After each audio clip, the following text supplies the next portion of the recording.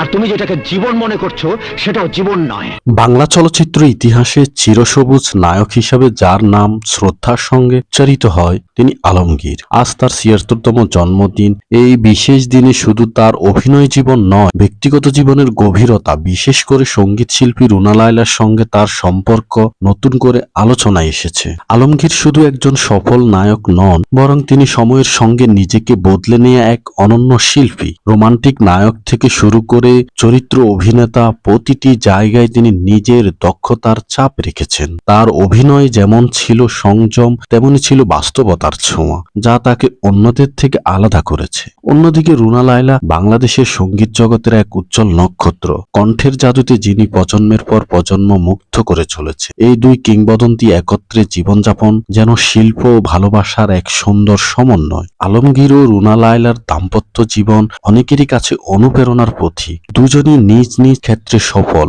তবুও ব্যক্তিগত জীবনে রয়েছে পারস্পরিক শ্রদ্ধা, বোঝাপড়া এবং একে অপরের প্রতি গভীর সম্মান। মিডিয়ার ঝলমলে আলো থেকে দূরে থেকেও তারা নিজেদের সম্পর্কে রেখেছেন স্থিতিশীল ও দৃঢ়। তাদের জীবনবোধের একটি গুরুত্বপূর্ণ দিক হলো সহজভাবে বাঁচা। খ্যাতি, সাফল্য কিংবা জনপ্রিয়তা কোনোটিই তাদের ব্যক্তিগত সম্পর্কের উপর প্রভাব ফেলতে পারেনি, বরং তারা বিশ্বাস করেন জীবনের আসল সৌন্দর্য লুকিয়ে থাকে ছোট ছোট মুহূর্তে, পারস্পরিক সম্মান ও বিশ্বাসে। আলমগীর ফাই বলেন, জীবনে সফল হতে হলে ধৈর্য, সততা সবচেয়ে গুরুত্বপূর্ণ। আর রুনা লায়লা মনে করেন, ভালোবাসা মানেই শুধু আবেগ নয়, বরং দায়িত্ববোধ, একে অপরের সম্মান করার মধ্যেই আসল অর্থ।